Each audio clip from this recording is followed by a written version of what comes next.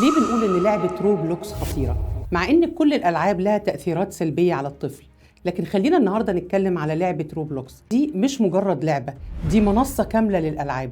اللعبة دي بتدي الطفل إحساس زائف بالنجاح. ليه؟ لأن اللعبة مصممة علشان تكون إدمانية، فالطفل لما بيلاقي نفسه بيكسب وبياخد جوائز وبيطلع من ليفل لليفل، هو بيحس إن هو مش قادر يستغنى عن النجاح السريع السهل، مش قادر يستغنى عن الدوبامين السريع اللي بيجيله، وبالتالي هو بيبتدي يدمن اللعبة. طب إيه خطورة ده؟ أولاً هيبتدي ينعزل اجتماعياً لأنه مكتفي بالعلاقات الاجتماعية داخل اللعبة، بيبتدي يرفض نفسه ويستخبى في صورة الأفاتار أو الشخصية الوهمية اللي هو صنعها. يبتدي يفقد القدرة على الصبر والنجاح الطويل لأنه ما بيقدرش يتحمل المهام الطويلة، هو عايز نجاح سريع ودوبامين سريع. بيبتدي ينعزل حتى عن أسرته لأن هو في اللعبة محدش بيوجه له أي انتقادات، هو في اللعبة دايما بيصنع العالم الخاص بيه. الحل ليس المنع، لأن المنع مستحيل. الحل تحديد وقت محدد للألعاب، نكون جنب أولادنا وهم بيلعبوا ونشاركهم ونفهم اللعبة دي، نوجد لهم واقع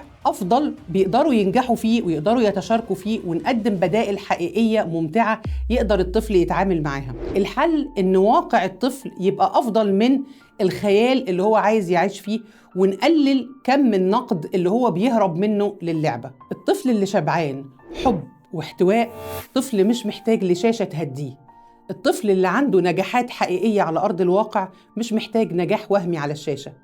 الطفل اللي عنده قبول لنفسه مش محتاج أفاتار يستخبى وراه. لو حاسين إن المشكلة كبيرة ما تترددوش في طلب المساعدة، لأن الوقاية والوعي هيحمي أولادنا.